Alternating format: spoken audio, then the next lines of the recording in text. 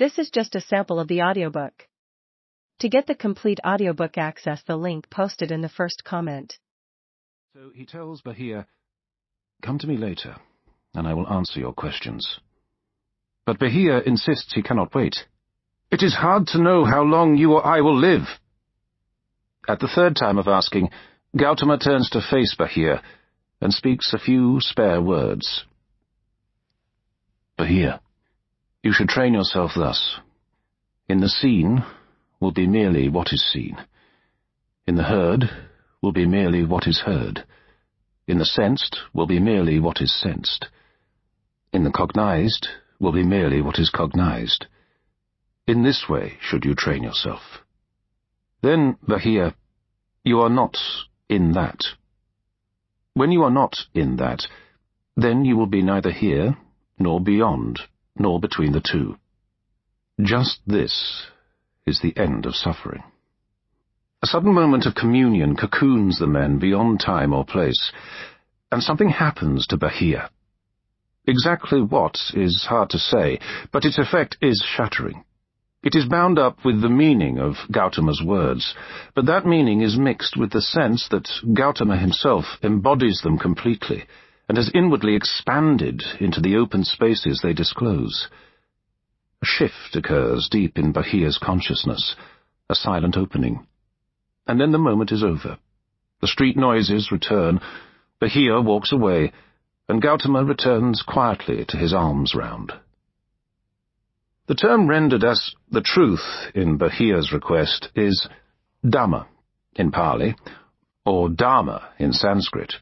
It was a crucial word in Gautama's India that had many meanings, but here it means the underlying nature of things, and also the way a person should act to be in accord with it. Bahia was asking Gautama to show him the true nature of existence, and Gautama's reply, which compresses his realization into a concentrated essence, instructs Bahia to train himself to experience the world in a new way. In the seen, there will be merely the seen. In the heard, there will be merely the heard. That was his message. But what did it mean? What does it mean for there to be no you in experience? And if Gautama truly embodied his teaching, who or what was he?